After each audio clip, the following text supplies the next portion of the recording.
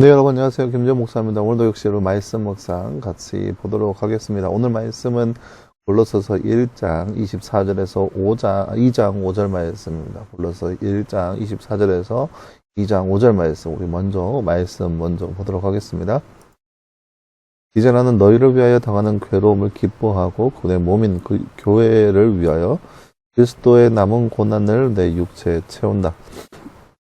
내가 하나님의 말씀을 이루기 위하여 내게 주신 하나님의 경륜을 따라 너희를 위하여 교회의 일꾼이 되었다. 모든 시대와 시대로부터 감춰져 왔던 비밀이 이제는 그분의 성도들에게 드러났다. 하나님께서는 이방인들 가운데서 이 비밀의 영광의 풍성이 무엇인지 그분의 성도들에게 알리고자 하셨다. 이 비밀은 너희 안에 계신 그리스도 곧 영광의 소망이시다. 우리가 그분을 전파하여 모든 사람에게 권하고 모든 지혜로 모든 사람을 가르치는 것은 모든 사람을 그리스도 안에서 완전한 자들로 세우려는 것이다. 이 일을 위하여 나도 내 속에서 능력으로 역사하시는 분의 역사를 따라 힘써 수고하고 있다. 나는 너희와 라오디게아에 있는 자들과 내 얼굴을 직접 보지 못한 자들을 위하여 내가 얼마나 힘쓰고 있는지 너희가 알기를 원한다. 이는 그들이 사랑 가운데 연합하여 마음의 위로를 얻고 깨달음에서 오는 넘치는 확신에 이르며 하나님의 비밀인 그리스도를 온전히 알게 하려는 것이다. 그리스도 안에는 지혜와 지식의 모든 보화가 감추어져 있다. 내가 이것을 말하는 것은 아무도 교묘한 말로 너희를 속이지 못하게 하려는 것이다. 내가 비록 육신은 떠나 있으나 영으로는 너희와 함께 있어 너희의 질서 있게 사는 것과 그리스도를 믿는 및 너희의 믿음이 굳건한 것을 보고 기뻐한다. 아멘. 네, 사랑하는 여러분, 오늘 말씀은 이제 골로새서 1장 후반부의 말씀인데요. 바울이 이제 골로새 교회에 원하는 모습, 또 당부하는 모습이 이제 계속해서 나오고 있는 모습을 볼 수 있습니다. 지난 시간에 우리가 보았듯이 바울이 골로새 교인에게 명확하게 전달하고자 하는 바는 바로 복음입니다. 하나님께서 우리를 사랑하여 주셔서 예수님을 이 땅 가운데 보내주셨고 누구든지 예수를 믿는 자마다 영생을 얻게 되리라는 그 놀라운 복음, 그 복음이 교회 안에 있어야 한다는 것을 우리가 지난 시간 말씀을 통해서 보았죠. 그것이 바로 교회 안에 반드시 있어야 하는, 교회가 반드시 강점으로 드러나야 하는 복음이라는 것을 우리가 함께 살펴보았습니다. 지난 말씀에 이어서 바울이 이제 복음이 자신에게 있어서 어떠한 의미가 있는지 명확하게 드러내고 있고요. 그리고 복음이 교회 안에 어떻게 자리 잡고 있어야 하는지에 대한 그 명확한 구분을 더욱더 드러내는 그런 말씀이라 할 수 있겠습니다. 24절 보세요. 내가 너희를 위하여 당하는 괴로움을 기뻐하고 그분의 몸인 교회를 위하여 그리스도의 남은 고난을 내 육체에 채운다. 그러니까 예수 그리스도의 복음을 위하여서 자신이 고난도 마다하지 않고 그 고난도 감당하면서 살아가고 있다라고 하는 자신의 고백이 드러나 있습니다. 바울은 이렇게 자신의 모든 인생을 통하여서 오직 복음을 전하기 위해서 자신의 온 삶을 헌신했다라고 고백하고 있는 거죠. 그러면서 하는 말이 하나님의 말씀을 이루기 위해서 내게 허락하신 하나님의 경륜을 따라서 너희를 위하여 교회의 일꾼이 되었다. 이게 바울이 현재 자신을 향하여서 얘기하고 있는 부분입니다. 그러니까 그런 거예요. 골로새서 말씀이 어떤 말씀으로 이해하면 편하냐면요. 골로새 교회라고 하는 그 교회가 바울이 직접 가서 바울이 세운 그런 바울이 직접 복음을 전하고 일으켜 세운 교회라기보다는 다른 사람들로 인하여서 세움받은 교회입니다. 그래서 바울은 그 교회에 대해서 그 지역을 딱히 그 지역에 복음을 전하거나 한 존재는 아니었어요. 하지만 골로새 교회 가운데 있는 아픔들, 염려거리들이 있기 때문에 그것들이 걱정이 되어서 바울이 편지를 보내고 있는 거예요. 그래서 2장 1절 말씀에 보세요. 너희와 라오디게아에 있는 자들과 내 얼굴을 직접 보지 못한 자들을 위하여 내가 얼마나 힘쓰고 있는지 너희가 알기를 원한다라는 거예요. 그러니까 바울은 골로새 교회를 세운 인물은 아니었어요. 하지만 그럼에도 불구하고 바울이 골로새 교회인에게 편지를 쓰면서 먼저는 얘기하고자 하는 바는 뭐냐? 자신이 누구인지 명확하게 알고 있는 거예요. 이때까지 복음이 어떠한 것인지 복음에 대해서 전하였습니다. 복음은 절대적인 가치를 지니고 있고 우리의 삶 가운데 어떤 것과 바꿀 수 없는 절대적인 가치, 정말로 우리의 생명을 살리는 그런 놀라운 가치인 것을 드러냈다라면 바울은 이 복음의 순종자, 복음의 종사자, 복음의 일꾼이라고 하는 거죠. 그러니까 어찌 보면 골로서 교회의 입장에서는 굉장히 생뚱맞을 수도 있어요. 그러니까 물론 바울에 대해서 들을 수도 있겠죠. 하지만 듣지 못했다면 아주 생뚱한 사람이 편지를 써서 야 너희 교회가 이렇게 되기를 바란다 라고 적어온 그런 내용을 접할 수도 있는 거예요. 그렇기 때문에 바울이 그러한 반응에 앞서서 골로새 교인에게 당부하고 있는 바가 무엇이냐면은 너희가 들은 바 복음이 이런 것인지 아냐? 그래 나도 그 복음을 믿는다. 그리고 나는 그 복음의 일꾼이다 라고 하면서 당위성을 부여하고 있는 거야. 자신이 그 교회에 편지를 보내는 거에 대해 있어서 당위성을 보내는 거예요. 내가 너희를 만나거나 내가 너희를 위해서 교회를 세우거나 그런 적은 없지만 내가 너희들에게 얘기하는 것은 뭐냐면은 복음 안에서 내가 메인자이고 복음 안에서 내가 너희들에게 하고 싶은 말이 많이 있다라고 하는 거죠. 그래서 복음으로 인해서 복음 때문에 하나님 나라를 위해서 또 모든 교회를 위한 일꾼으로서 바울이 지금까지 수고하고 애를 썼다라고 하는 거죠. 2장 1절 말씀에도 이야기하죠.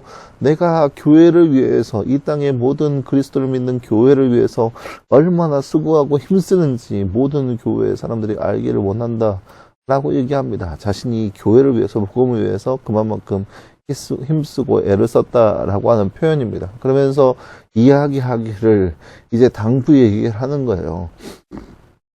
이제는 이 감추었던 비밀이 성도들에게 다 드러났다. 이게 뭐냐? 복음이죠. 여전히 복음에 대해서 얘기하고 있어요. 이제는 좀 성향이 다릅니다. 바울이 얘기하는 복음에 대해서 난 1장에서 얘기하는 것과 이제 후반부에서 얘기하는 거에 대한 복음의 뉘앙스, 복음의 역할, 복음의 느낌적인 것들이 굉장히 많이 다릅니다. 복음 1장 초반부에서는 절대적인 의미, 절대적인 가치에 있어서 복음을 얘기했다면 이제는 변증학적인 개념에서의 복음을 얘기합니다.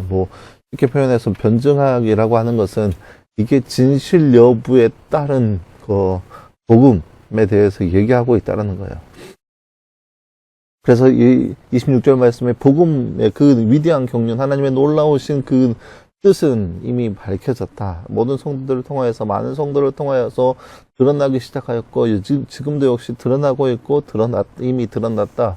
라고 하는 거죠. 그러면서 그것이 무엇이냐, 그 비밀의 영광의 풍성이 무엇인지 성도들에게 하나님께서는 알리기를 원하셨고, 그것이 바로 그 비밀은 바로 그리스도의 영광의 소망이다. 라고 하는 거죠. 바울이 얘기하는 바 교회 안에 정말로 진리해야 한 최고의 가치는 예수 그리스도라고 하는 것에 있다라는 거예요. 근데 그것이 이전에는 감춰져 있었지만 예수님께서 이 땅 가운데 태어나지 않았으니까 감춰져 있겠죠. 하지만 이제는 들추어내서, 왜냐하면 예수님께서 태어나셨고 활동하셨고 전파하셨고 전도하셨기 때문에 이미 드러난 활동, 드러난 복음에 대해서 바울은 전달하고 있는 것이고, 그것이 바로 절대적인 가치에 있는 복음이라고 하는 거예요. 그래서 우리가 그분을 전파하여서 모든 사람에게 권하고 모든 지혜로 모든 사람들을 가르치는 것은 이 모든 사람들이 그리스도 안에서 완전한 자들로 세우려는 것이라는 거예요. 그러니까 이 바울을 비롯해서 모든 사람들이 이 복음을 끊임없이 열심히 전하는 것은 이 복음, 그리스도 안에서 완전하게 세워지기를 바란다라고 하는 거예요. 그래서 그것을 위해서 바울도 여전히 지금도 역시 마찬가지로 열심히 힘써 수고하고 있다라고 하는 거죠. 근데 왜 바울이 이렇게까지 변증학적으로 복음에 대해서 이야기하냐? 그 뒤에 이제 2장 말씀에 나타나 있죠. 뭐라고 나타나 있냐? 그리스도 안에는 지혜와 지식의 모든 부어가 감추어져 있지만 4절 말씀에 아무도 교묘한 말로 너희를 속이지 못하게 하라는 것이다 라고 하는 거예요. 교회인데 교회 안에 헛된 속임수들이 왕왕 드러납니다. 말도 안 된 이야기들이 교회 가운데 들어가게 됩니다. 교회 안에 은근슬쩍 들어가서 자리를 매깁니다. 그리고 그것은 인해 퍼지고 맙니다. 무슨 뜻이냐? 하얀색 바탕에 전에 검정색 잉크가 한 방울 떨어지면 그 검정색 잉크는 가만히 검정색으로 머물러 있는 것이 아니라 주변을 검정색으로 만듭니다. 이게 죄악 때 죄악의 모습이죠. 교회 안에, 골로새 교회 안에 이 복음에 대해서 흐트리려고 하는 존재가 생겨나면서 그 복음에 대해서 흐트리는 존재가 생겨나서 그 교회를 흔들고 있다라는 거예요.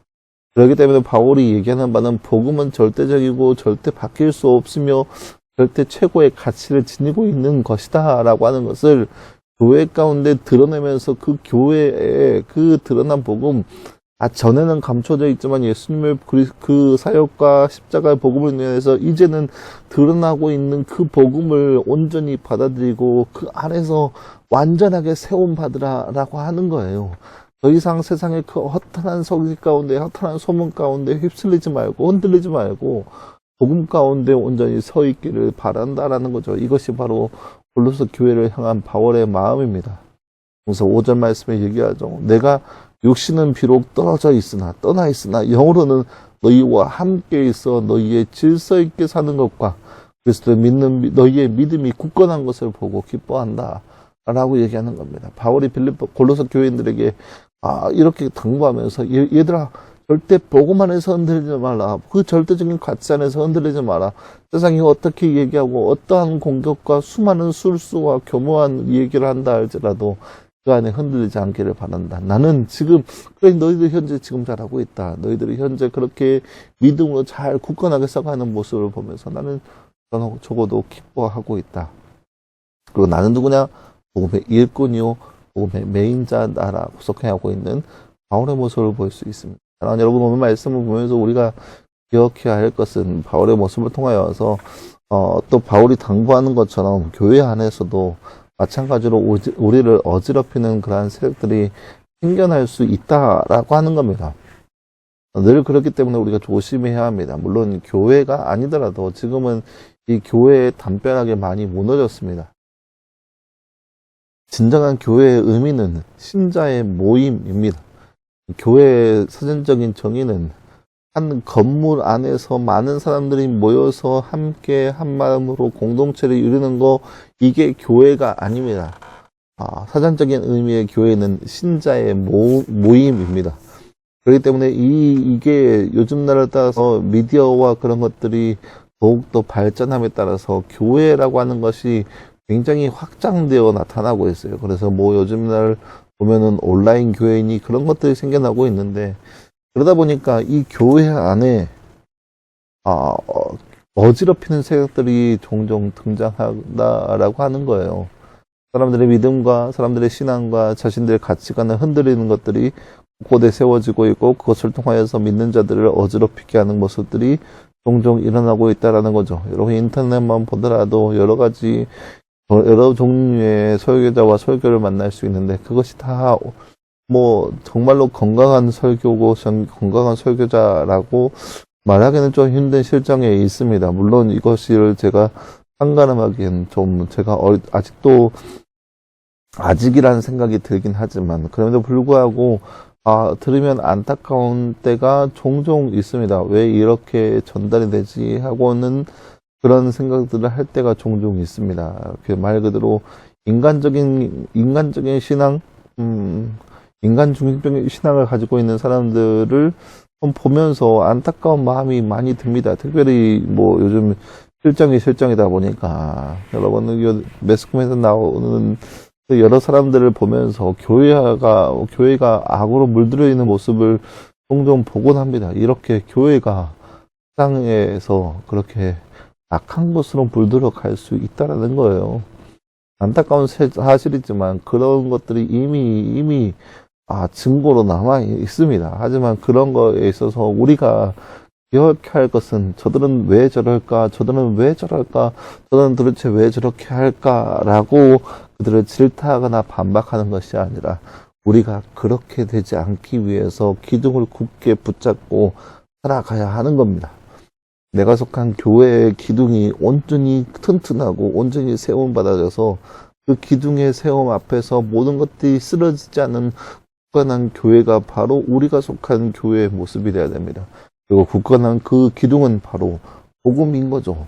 예수님이 이 땅 가운데 우리를 살리기 위해 오셨고, 죄인들은 우리를 살리기 위해 오셨고, 그래서 누구든지 예수 그리스도를 바라보는 자마다 구원을 받고, 그 죄의 용서함을 받고, 죄에 대해서 더 이상 영원한 심판이 오지 않을 것이며, 그래서 하나님의 나라의 거룩한 백성으로 살게 될 것이라고 하는 그 거룩한 복음, 그 복음 안에서 하나 됐을 때, 교회는 교회다운 모습을 할 수 있으며, 교회는 이 땅 가운데 빛과 성의 역할을 잘 감당할 수 있는 겁니다. 여러분, 그러한 교회의 모습이 여러분이 속한 교회, 우리 말 그대로 우리 교회이든지, 아니면 여러분이 늘상 예배하고 있는 가정교회이든지, 아니면 여러분들이 친구들끼리 같이 모여서 하고 있는 그런 소규모의 교회이든지, 어떤 교회이든지, 그 교회가 교회다운 모습을 하기 위해서는 가장 필요한 것은 복음이라고 하는 절대적인 가치를 얼만큼 지키고 있냐라고 하는 것입니다.